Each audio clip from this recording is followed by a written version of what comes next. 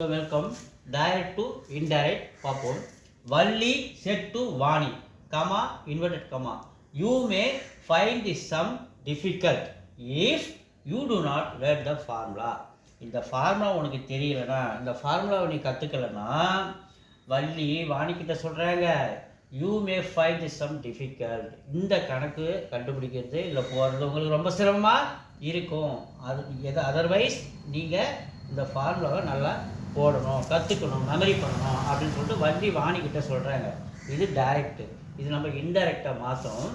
Valli set Vani, இந்த செட்டுனா மாதிரி டோல்டா மாறாது. ஸோ யூ மே அப்படின்றது வள்ளி செட்டு வாணி. அப்போ வள்ளி வாணி பார்த்து சொல்கிறாங்க, வாணி இங்கே வந்து என்னது லேடிஸ்ன்றதா, யூன்றத ஷீயாகவும், மே வந்து past tense,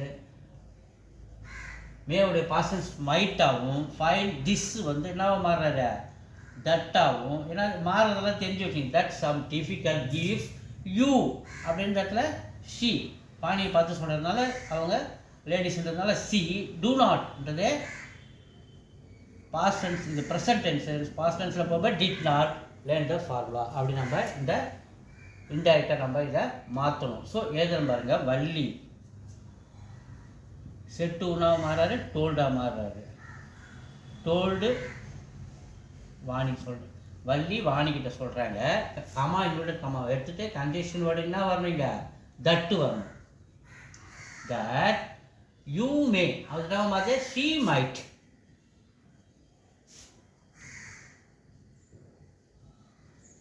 she might find this வந்து தட்டா மாறுது, that sum difficult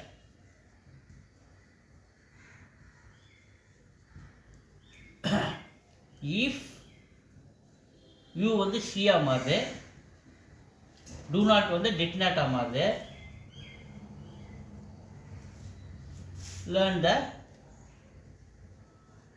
formula. So Valli told Vani that she might find that sum difficult if she did not learn the formula. So இது direct speech, இது indirect speech. Thank you.